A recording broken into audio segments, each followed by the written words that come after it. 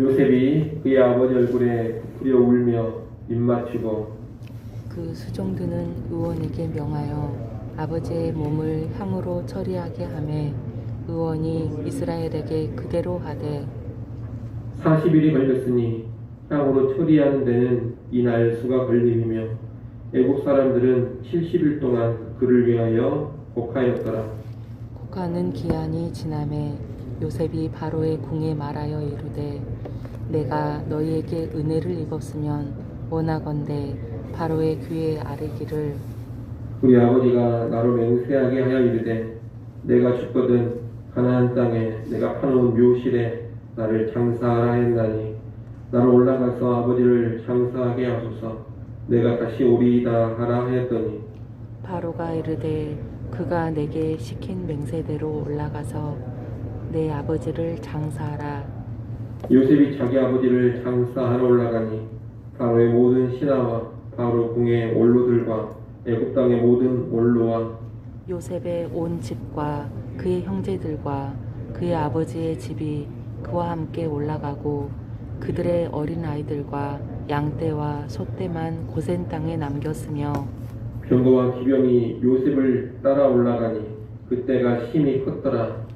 그들이 요단강 건너편 아닷 타작 마당에 이르러 거기서 크게 울고 애통하며 요셉이 아버지를 위하여 7일 동안 애곡하였더니 그 땅 거민 가나안 백성들이 아랫마당의 애통을 보고 이르되 이는 애국 사람의 큰 애통이라 하였으므로 그 땅 이름을 아벨 미스라임이라 하였으니 곧 요단강 건너편이더라.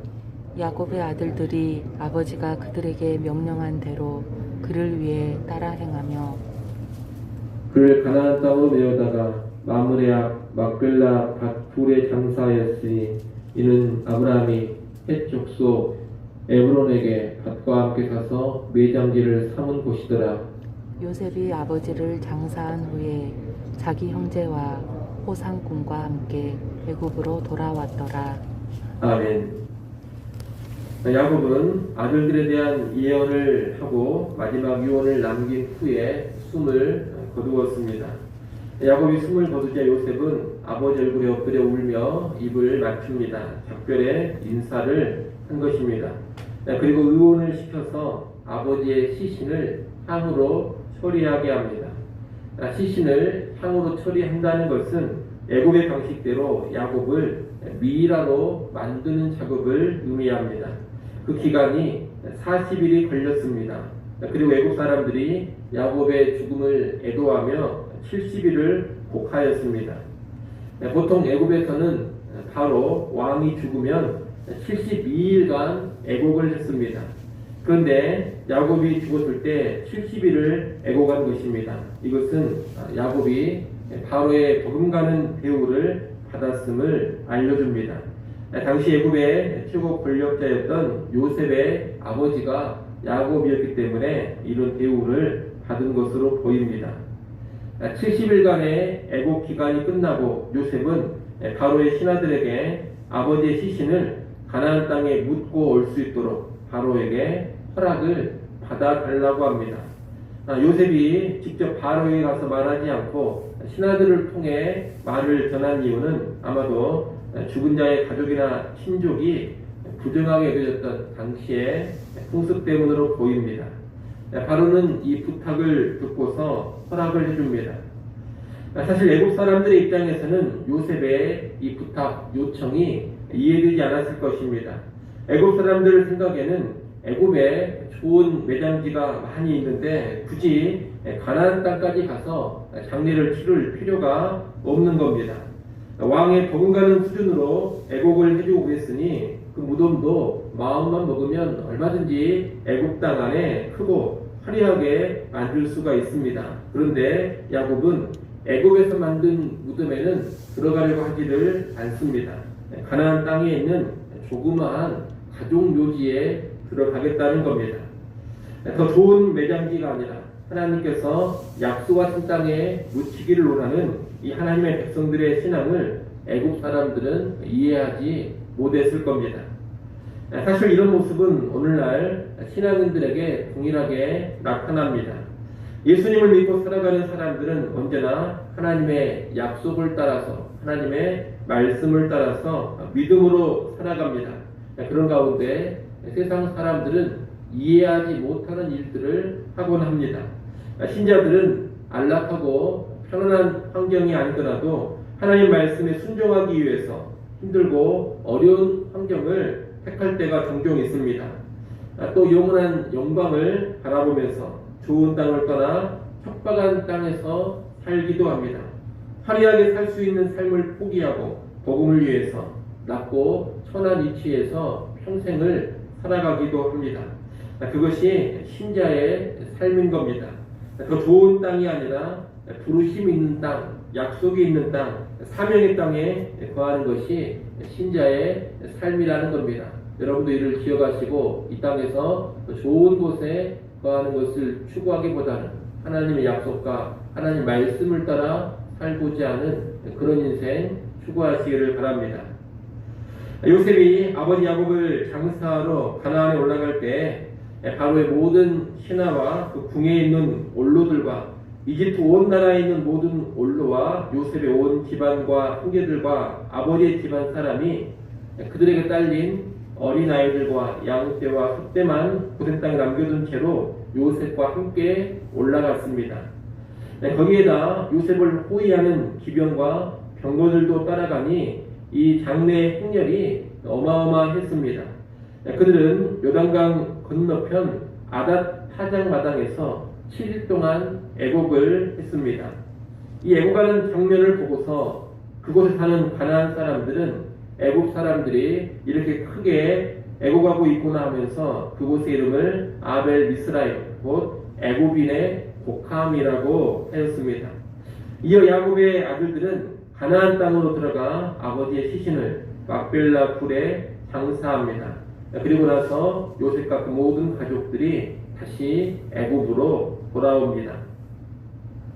야곱의 거대한 장래 행렬, 다시 말해 편하게 많은 사람들이 애굽에서 가나안 땅으로 올라가는 모습을 오늘 본문이 보여주고 있는데, 이것은 수백 년 후에 있게 될 이스라엘 백성의 출애굽 장면을 연상케 합니다.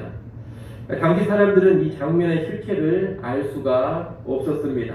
하지만 지금 우리들의 눈에는 이 야곱의 장래 행렬이 마치 출애굽을 위한 예행 연습처럼 보입니다. 가나안 사람들이 이 행렬을 보고 놀란 것을 보면 더욱 그렇습니다. 이스라엘의 출애굽 때 가나안 사람들뿐만 아니라 주변 모든 나라들이 놀랐습니다. 그 모습이 오늘 본문에서 미리 나타나고 있는 겁니다. 그렇게 볼 때 이 야곱의 장래 행렬은 하나님께서 앞으로 행하실 출애굽의 거대한 행렬을 미리 살짝 보여주고 있는 것이라 그렇게 볼 수도 있겠습니다. 야곱의 가족들은 장례를 마친 후에 다시 애굽으로 돌아갔습니다. 하지만 이게 언젠가 이스라엘 백성들은 하나님의 약속대로 이 애굽 땅을 나와 거대한 행렬이 되어서 가나안 땅으로 들어가게 될 것입니다. 애굽 땅에 거하는 야곱의 후손들은 바로 그날을 바라보면서 애굽에서 하루하루 살아가는 겁니다. 이렇게 본다면 이 창세기의 끝부분은 출애굽을 바라보면서 마무리가 된다, 그렇게 말할 수가 있겠습니다. 우리가 내일 보겠습니다만 50장 맨 뒤에 나오는 요셉의 죽음에서도 요셉은 출애굽을 바라보면서 숨을 거둡니다. 야곱의 자손들은 비록 애굽에 내려가 애굽에 살게 되지만 출애굽을 대망하며 살아가는 그런 민족이 되는 겁니다.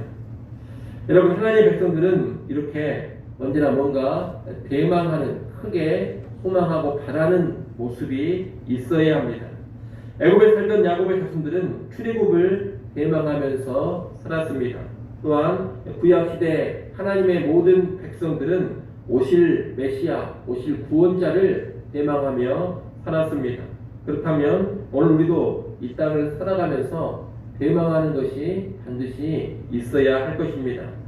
그렇다면 오늘 예수 믿는 신자들이 대망하며 살아야 할 것은 무엇이겠습니까? 작게는 우리의 죽음 후에 이르게 될 아름다운 천국을 크게 소망하며 살아야 할 것입니다. 크게 본다면 예수 그리스도의 재림을 대망하면서 살아야 할 것입니다. 여러분 인생의 하루하루 살아갈 때 죽음 후에 이르게 될 그 영광의 천국 늘 소망하며 살아가시기를 바랍니다. 또한 인생의 하루하루 살아가실 때 우리 주 예수 그리스도께서 다시 오실 그 재림의 날을 대망하며 살아가시기를 바랍니다. 이것이 소망으로 살아가는 신자의 삶입니다.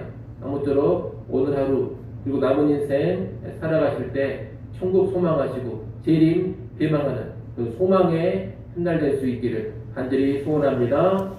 기도하겠습니다.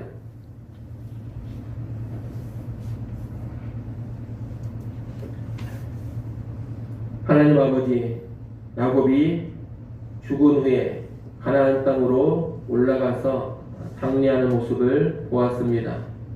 이 거대한 장례 행렬이 훗날에 출애굽을 암시하는 것임도 보았습니다.